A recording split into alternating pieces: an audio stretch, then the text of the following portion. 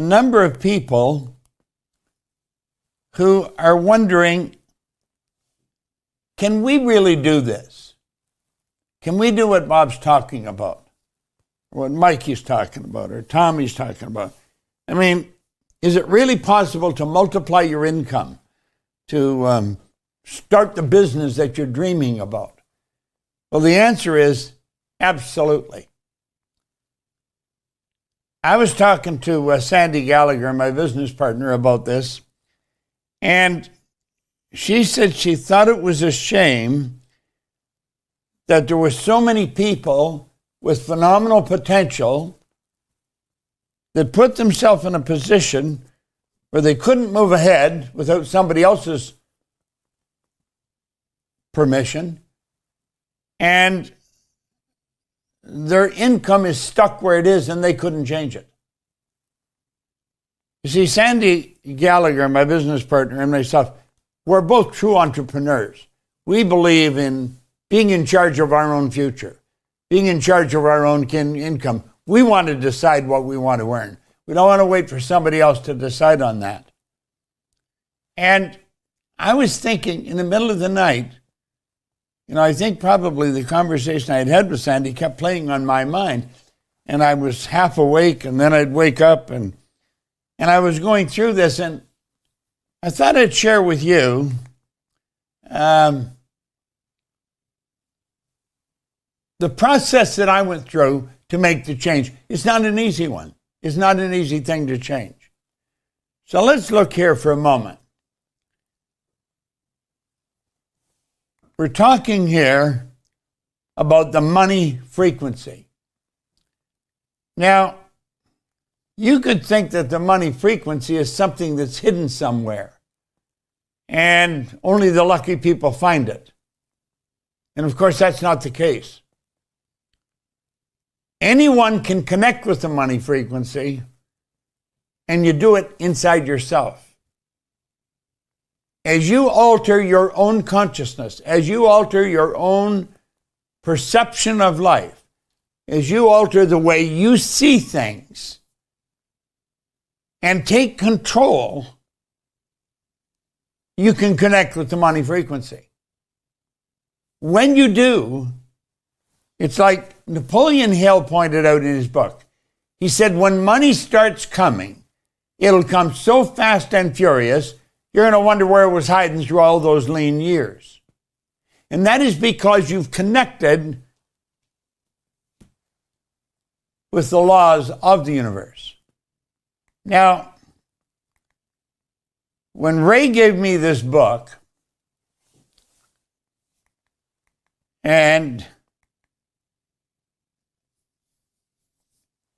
he said, if you will read this every day and do exactly as I tell you.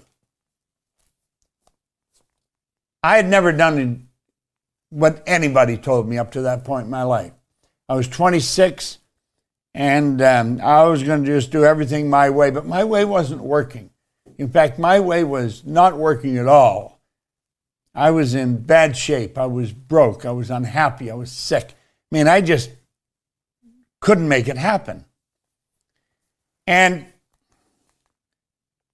when Ray put this R down and started to talk to me about it, he spoke with such absolute conviction that I think he twisted something in my head and got me to look at life a little different. And then he asked me, he said, do you ever read anything? And I said, no. And he asked me about what my income was. And I told him it was $4,000 a year. But I owed $6,000. And that's when he asked me, do you ever read anything? And I told him I couldn't read. Now, that was just my way of saying that I don't read, because I could read. There's a lot of people that can't read. The ones that don't are no better off than the ones that can't. I learned that. And he said, start reading this book. Just open it anywhere and read it. Read it from the front to the back. Get the whole drift of what he's talking about. And never put it down. Just keep reading it. You see, there's so much wisdom in this book It's the essence of Napoleon Hill studying and interviewing over 500 of the world's most successful individuals. So I started to read it. And, of course, everything started to change. Now, I had written a goal card that I wanted to earn $25,000. If you have a goal, write it on a card, put it in your pocket. Every time you touch the card, you trigger it in your mind.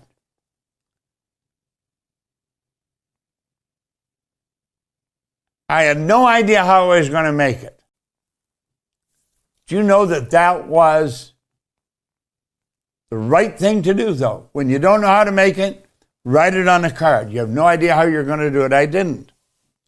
He said, never mind. He said, things will happen. Well, things started to happen. I was reading this card, and what it actually did, it caused me to start to think of earning money. Rosh pointed out something yesterday. He pointed out that he was always looking at his present results. And his present results just weren't making it. I got him to look at the results he wanted, not the results he was getting. Now, you may be looking at your present results and letting that control you. It's the wrong thing to do. Look at the results you want. Well, at any rate, now think of this. At the end of the first year of me working with him, I was earning $175,000 a year. I mean, the change was so incredible, and I had no idea of how I did it. In under 5 years, it was over $1 million.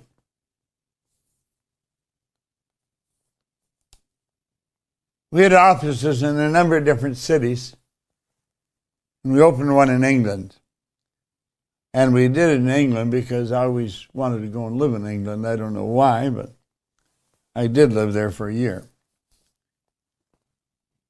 Now, it was one day, I was earning all this money, and I would go down to the Playboy Club. I mentioned this before. It was on Park Lane, right beside the London Hilton. And I'd go into Playboy and I'd play roulette. And you know, I won a lot more often than I lost. And I think it was because I was expecting to. But at any rate, one day I come out and I was walking away from the Playboy Club, and something happened inside of me. And I started to think that I was being totally irresponsible. Now, I wasn't very old. I was probably 27, maybe 28, 30, something like that. And it wouldn't leave my mind.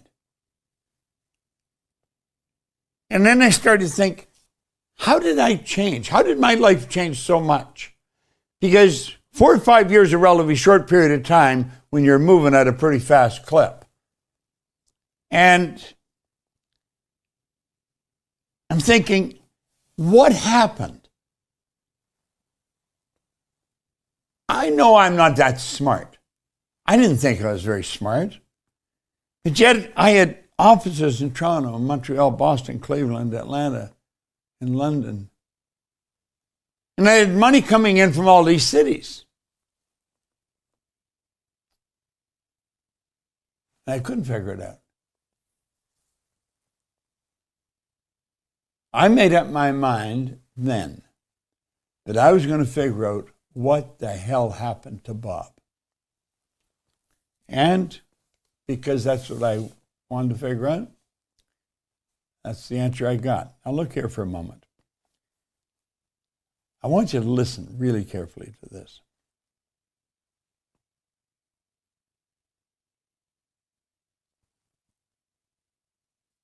I'd like to tell you about the strangest secret in the world.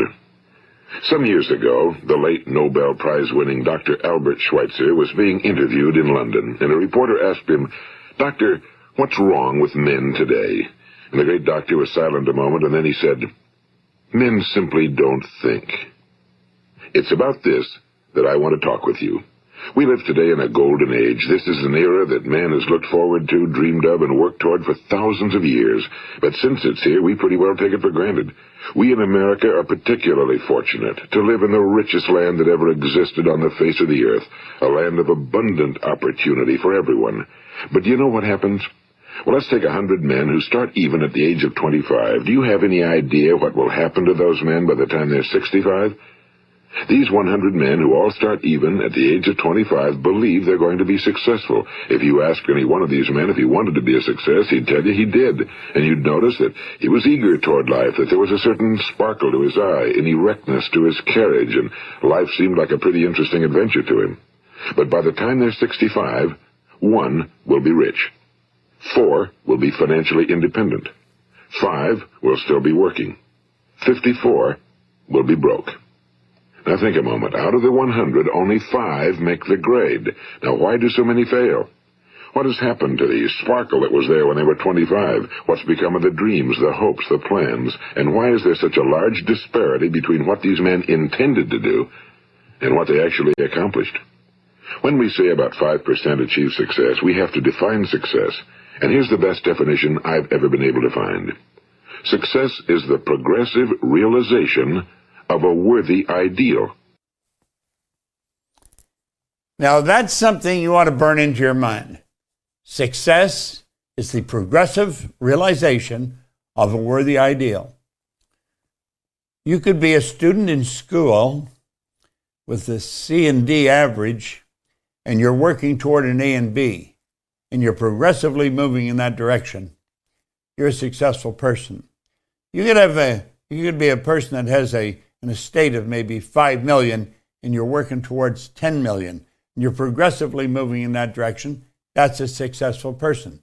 Each one as successful as the other. It has nothing to do with the end. It has to do with the direction we're moving in. Well, I was listening to this recording. Here I am. I'm trying to figure out what happened. Why did Bob change? And I couldn't figure it out. I was listening to this every day. Every day I'd listen to this recording. I had a number of them. And I was playing these recordings all the time. And I couldn't figure out what was happening. Now I want you to look at this for a moment. There's 3 income earning strategies. We call it money 1, money 2, and money 3. Now, if you're going to teach this to your children, you want to make sure that you teach them number 3, because it's the only one that really works. Unfortunately, 96% of the population follow M1. This is where people trade their time for money. Now, I don't care how much you're charging for your time. If you're working on that concept, there's a problem. It's called saturation. You run out of time. That's where 96% of the population work. That's where I was working when I changed. M2 is a good strategy. It's only used by 3% of the population, and for very good reason. This is where people invest money to earn money, and not too many have any to invest. M3 is something I stumbled on, and I didn't understand it. I didn't know I had. It's only used by 1% of the population, but they earn 96% of all the money. Now, these people multiply their time by setting up multiple sources of income. Now, I was doing this, but I didn't know what I was doing. I was unaware of what happened inside of me. Now look here for a moment. Our world is changing. It's changing at a very rapid clip. Most people don't understand what's going on. Right now, you know the world is in a chaotic state. But out of all chaos comes order. And it'll be a higher degree of order than that which existed prior to the chaos. But our world is changing. It's not getting bigger. Our world is getting smaller. It's actually shrinking. We're only hours away from anywhere in the world now. You can have business in multiple locations today. Now, I was doing this back in 1961 to 65. And I was in harmony with the money frequency, but I didn't know that I was. And I was setting up sources of income. I had money coming to me from different places. I was earning money 24 hours a day. I was earning money while I was sleeping. And you know something? Anyone can do this. I didn't even understand what I was doing. This is what we call multiple sources of income. Let me give you an idea of just how crazy my behavior was, and yet it was producing. My brother had just come to work with me, and one day I said, why don't we get down to Atlanta and open an office? He's okay. We got on a plane. I took out a pad that I had, and I started to write down things that we had to do when we got to Atlanta. Things come to you even though you don't understand what's going on. An idea came into my mind when I got off the plane in Atlanta. I went immediately to a telephone, and I phoned a real estate office. Person answered the phone, asked him what his name was, asked him what he did. He said he's an agent there. And I said, listen, I'm just got in, I'm in the airport. Introduced myself, and I said, would you spend the whole day with me tomorrow if I rented an office, a 5,000 square foot office, on a long lease from you? What did you just say? I said, if I rented a 5,000 square foot office from you tomorrow, will you spend a day with me? Well, he said, I suppose I would. He said, what do you want me to do in that day? I said, I just want you to drive me around. I don't know my way around. And I had a whole list of things I had to do. We rented the office. We got the furniture. We got the phone. We enrolled in the Better Business Bureau. Everything that you had to do. We put an ad in the paper for help. Do you know, 2 weeks later, we flew back into it. Now, we flew in at 5 o'clock at night. That's when I phoned the agent. We flew out the next night at 5 o'clock. That office was all set up. Everything was done. 2 weeks later, we had a team of people in that office working. Thought nothing of that. That was just our way of working. And as we did this, we kept setting sources of income. Now, some of these grew big, and some of them didn't. But they all had one thing in common. The money from each source flew into our bank. Didn't matter what country it was, the money flowed in. Now, I was doing this, and I wasn't even aware of what I was doing.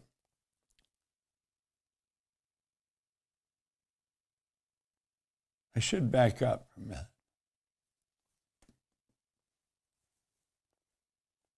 I sat down one day with someone much wiser than myself and asked me what I was doing. I said, I'm not quite sure. I said, everything's really great, but I don't know what the hell I'm doing. See, I had no business experience. I wasn't running it like a business. I was just doing it. And he sat down and he explained everything. That's when he explained the M1, M2, M3. And he showed me how I was using this M1 method. Creating. Well, when I became aware of what I was doing, all I wanted to do was teach this to other people. Tomorrow, we're going to have a lady that is doing extremely well. She's one of the people that we've taught to do what we do. She's become very wealthy in a short period of time. On Friday, I'm going to introduce you to another woman who's done extraordinarily well following this. Now, they're doing that because they're doing exactly what we tell them. You see, when you've got a system that really works, just keep duplicating it. And that's what we were doing. We had taken the essence of this book and began to apply it. Here I am. I'm 87 years old, and I'm still reading this book every day. Why? Because I know that I can do a lot better than I'm doing. Now, not only am I doing well, the good thing about this, I have attracted phenomenal people to us. 15 years ago, when Sandy Gallagher joined our company, she changed our company like night and day. She had tremendous experience in business. A securities attorney. I was shocked when she quit the law firm to come with us full time. Well, I was struggling with all this. Now I want to back up a bit.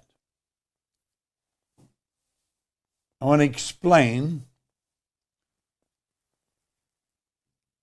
when this first started to change. I've already explained I had no formal education. A couple of months high school. I had no business experience. I was always working at dumb jobs. Working in gas stations, changing tires, lubricating cars, oil, changing the oil. Always working at real low-paying jobs, working very, very hard. One day I saw an ad in the newspaper that a township, which is part of Toronto, was going to hire firefighters. Now, I knew that I wouldn't qualify to get in there. I own no formal education. That was one thing that stopped me. I was really skinny. I was underweight. I had no business experience. I didn't even have good referrals. But there was a magistrate lived 2 doors up from my mother. That would be like a judge. And I went up and knocked on his door, and I said, Mr. Lynn, you don't know me, but my mother lives about 3 doors down from you. And I said, they're advertising for firefighters here in East York, and I was wondering if there's anything you could do to help me. Now, this is the wildest thing. I think the man was impressed that I had asked him. Well, he says, come on in, son, sit down. So I stepped inside and I sat down on the sofa, and he started to ask me questions. And I said, well, just a second. He picked up the phone and he phoned the mayor. It was actually a Reeve, Bill Allen. And he said, now I got a friend of mine over here who'd like you on the fire department. I understand you're hiring people. Like that, I was on the fire department. I was underweight. Had to go to the town offices to the doctor there. And the doctor was, I don't know, a very old guy. And he was sitting there and he was checking me over. And he's go over and stand on those scales. So I go over and stand on this weight machine. And I'm about 135 pounds. He said, what do you weigh? I said, 165. And he looked at me sort of funny, and he said, well, we'll leave it at that then.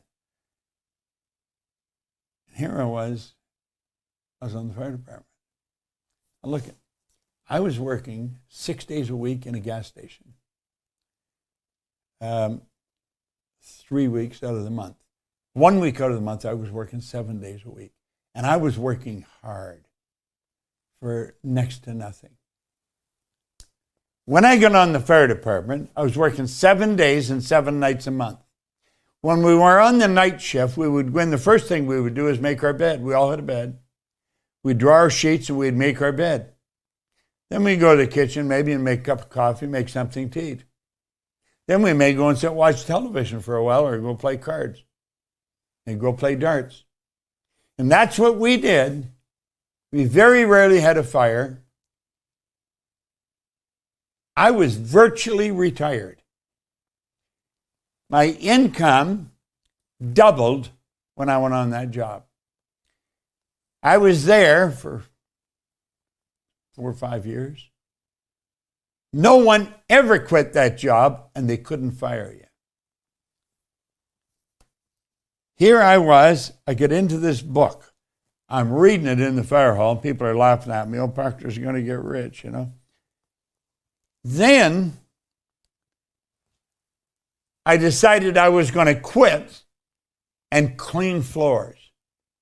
Everyone thought I was right out of my mind. But you see, I had an image of doing something much bigger than cleaning floors.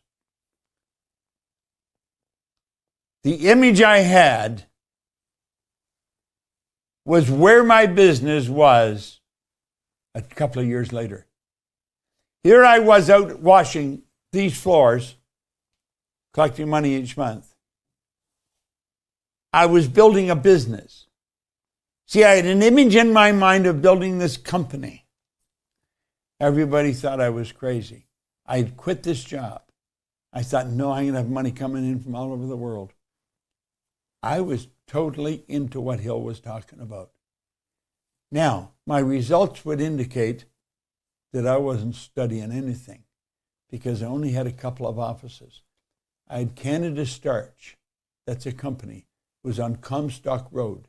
I washed their floor twice a month. I got $15 a time for watching it. Then I think I mentioned yesterday Kirby's Construction on Wick State, $65 a month. Now I'm up to $95. Then I would get another one. In the daytime, I'm out knocking on doors, selling people on the idea, let me clean their floors. And it was building up, but it was building up slowly. The people in the fire department, they actually thought I was crazy. The chief called me into his office 2 or 3 times. Said, Bob, are you sure you know what you're doing? I said, I know what I'm doing, Chief. I didn't know what I was doing. I was scared. I was really scared. But you see, I was in a position that was not a good position. I was letting somebody else dictate what I was going to do with my life. Now, it wasn't until I met this man that I really understood what had happened in depth. And he taught me in such a way that I could teach it to others. Most people that are very successful cannot articulate on why they are. They don't know why they are. And therefore, it's non-transferable. They can't give it to anybody. I've been working at this all of my adult life. I know exactly why you're getting the results you're getting. And I know exactly what you have to do if you want to change those results. I tell people all the time, if you can tell me what you want, I'll show you how to get it. Now, I have trained a lot of people all over the world to do this, and they are doing it. Val Vanderwall, when he first met me, he started to teach this to me. He was fascinated with what I had done in the cleaning business. He said, Bob, I want to show you something. And I started to understand in depth and why I was doing what I was doing, why things were working the way they're working. Now, he was the first one to teach me the laws of compensation. I want you to listen to this, and I want you to look at it very carefully. I don't know what you're working at, but I do know this. There is no end to what you can earn. If I can earn millions of dollars, you can earn millions of dollars. I set a goal in 1973. I think I've already mentioned that to you. But I sat down and I wrote out that I would build a company that operates all over the world. In March of this year, Mikey, our Chief Operating Officer, who you met on the introduction, she phoned me and she said, Bob, I think you'd like to know we just went into every country in the world. Now, here I am learning the laws of compensation. You want to remember these. The law of compensation clearly states that the amount of money you earn will always be in an exact ratio to the need for what you do, your ability to do it, and the difficulty there is to replace you. Now, I want you to think of this. With respect to the work we do here at the Proctor Gallagher Institute, is there a need for what we do? Well, all over the world, people are lost. They're not quite sure of how to make things happen. They're not quite sure of how to start multiplying their income. They don't even believe they can, most of them. We know how to teach people how to do this. There's a phenomenal need for what we do everywhere. I was mentioning Kota Kinabalu. I was mentioning because it's one of the most beautiful places I've ever been. But I've worked all over the world. I've worked out through Asia, into Russia, all through North America, all over South America, throughout Europe. Everywhere you go, there's a need for what we do. Then it's our ability to do it. Well, I tell people that become consultants in our company, study this every day. Study it every day. You want to develop your ability to explain what we do. So clear and so simple, anybody will learn it. Then the difficulty there will be in replacing you. If you have really developed your ability to do something very well, you're going to be very difficult to replace. If you're difficult to replace, your stock goes up. Now, this is all part of finding the money frequency. It's all part of it. You see, what we're doing is we're bringing ourselves up. And when we do, everything goes up. What do we want to focus on? Just one part of it. The second part, your ability to do it. Develop your ability to help other people. If you're looking at what we're doing, you think, God, I would love to do what he's doing. That happened to me in 1966. I've already mentioned this to you. I know I have. But I was sitting in Earl Nightingale's office. Earl Nightingale was like God in my mind. Every time he spoke, there was such wisdom come out of the man. And I'm sitting in his office, and I was getting ready to leave. And I said, Earl, what's the big deal? I mean, what the heck is the secret here? He said, well, there isn't any secret, Bob. He said, it's a simple matter of sitting down and deciding what you really want to do and then dedicate your life to it. He said, everybody loves doing something. He said, figure out what it is you love doing and dedicate your life to it. At that moment, I hadn't even left the office. I started to get excited. I was getting so excited because I knew exactly what I wanted to do. He said, see, most people have no idea what they want to do. I knew exactly what I wanted to do what he was doing. And as I showed you, 5 years later, I was his vice president of sales. I did exactly what they told me. See, the trick is find somebody who's very good at what they're doing and then take direction from them. It's so simple. Now let's go back. We've gone through this once, but I want you to go through it again. I want you to clearly understand this. It's so important. See, the mind covers everything. It really does. You've got the mind is broken into two parts. You have the conscious, educated mind, and there's the emotional, universal mind. You know, the universal mind, it's everywhere. And there's the body. The body, of course, moves into action and produces results. Now, results are everything. Results tell the truth. You can sugarcoat all kinds of things, but results tell the truth. Now, we all owe a lot to a man named Dr. Thurman Fleet. So let's look at the mind and look at paradigms. Your mind and your paradigm. Now, I mentioned this before, but I'm going through it again because I want you to remember it. And it's the repetition that works. Thurman Fleet was very involved in the healing arts and holistic health. He stated the mind is an activity, it's not a thing. No one has ever seen the mind. No one has ever seen the mind. If a person has mental problems, how do you help them?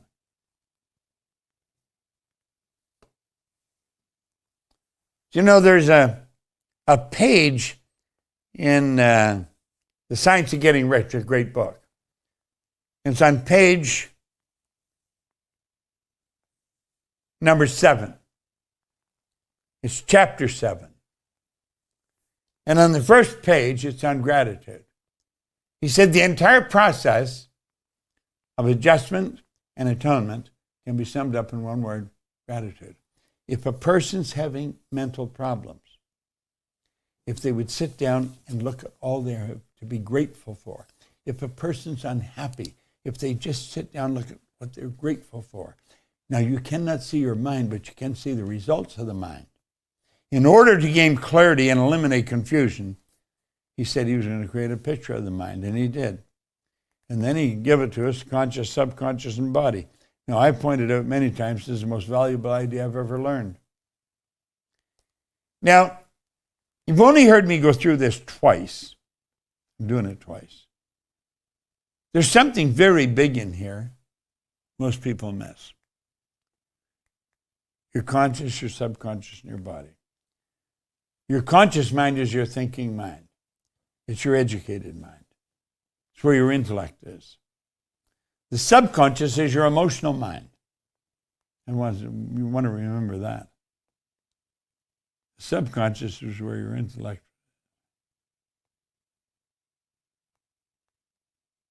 Now, the conscious mind has the ability to originate. In other words, if there's something you don't like, you can reject it and you can go ahead and originate it. Now, in the emotional mind, it must accept everything you give to it. It has no ability to give it away.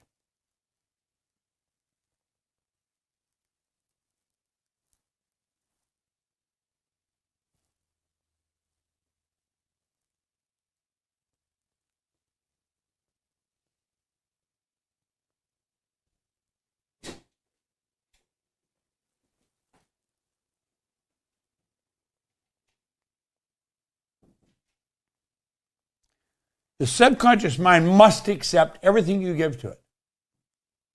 It has no ability to reject. Now, I want you to think of this. The subconscious mind cannot differentiate between what's real and what's imagined. This is absolutely incredible that we understand this. When you get emotionally involved in an idea, your subconscious mind accepts that as real. That's what I had done. I got emotionally involved. Every time, it gets me every time I think of it. I got emotionally involved with a business, and I was acting like the person I wanted to become. I was acting as if the business was already built. That's exactly what they tell you to do in this book. Act like the person you want to become. Now let's look here. We said the conscious mind has the ability to accept or reject. I want you to think of all the nonsense that's coming to you through social media, from other people, through Netflix, podcasts. This information is flowing into your conscious mind. Now, you have the ability to reject all of that information. You can just say, get out of here, and it'll go away. But you want to know what 90-some% of the population do? They don't reject it. Watch what they do. They leave their mind wide open because they're not thinking, and it goes directly into their subconscious mind. And the subconscious mind can't differentiate between what's real and what's imagined. So all kinds of bad news goes in there and puts you in a bad vibration. Why would a person do that? It's because of their paradigm. They're actually programmed to do it. That's where their program is operating. Now stay with me for a moment. Let's close the window on that. And let's take a look at a person when they're a baby. Here's a person as an infant. Their subconscious mind is wide open, so everything that's going on around that person is going right into their subconscious mind. You are a product of somebody else's way of thinking. You're a product of the past. Everything that's gone into your subconscious mind has become your program. Now, I want you to think of this. The paradigm controls us. You have to ask yourself, why? Why would we do it? Because other people are doing it. We already have the knowledge and the power to accomplish most anything we want. However, we have not developed a clear understanding of how paradigms are formed or how they control our habitual behavior. You see, people automatically move into action. Study anyone, and you'll find their behavior is habitual. Therefore, we frequently do not do what we already know how to do. We've got the knowledge of how to do the job better, but we're not doing it.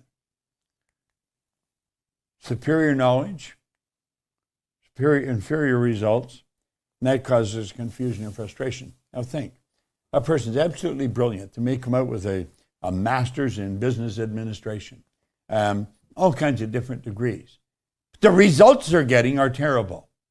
Let's put our drawing up here and take a look at it from a different perspective. Here's the individual. They've got all this knowledge in their consciousness. They've passed the exams. They've got the degrees. But if you look at their results, you think they never went to school. You're wondering what's stopping these? Why are these people operating this way? Why are they getting those results? Well, they're getting the results because the knowledge is not controlling them. The paradigm is controlling them. Their own intellect isn't controlling them. Their paradigm is. That's too bad. And until they change the paradigm, get a new paradigm, they're not going to change the results. Now, this is rather sad, but this is the way most people live. Let the paradigm control their whole life. It's a mental program that has almost exclusive control over our habitual behavior. Now look at this. And almost all of our behavior is habitual. You're being controlled by a paradigm. So am I. What I did way back in 1961, I changed my paradigm. It had nothing to do with my level of intellect. I didn't have to have any great degrees. I could go out and I could build a business, and I did. It operated in a number of different cities and a number of different countries. I didn't have to have any degree to do that. I just had to have a picture of what I wanted to do in my mind, and if I could get the picture, then I'd go and do it. Well, you can do exactly the same thing. These higher faculties are so important you learn them. This is where Val Vanderwall really changed my life. You've got to ask yourself, how much do I know about each one of these higher faculties? Because this is what separates you from all of the rest of the animal kingdom.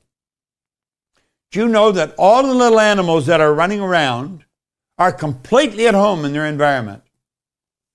Completely at home in their environment. You and I are totally disoriented in our environment.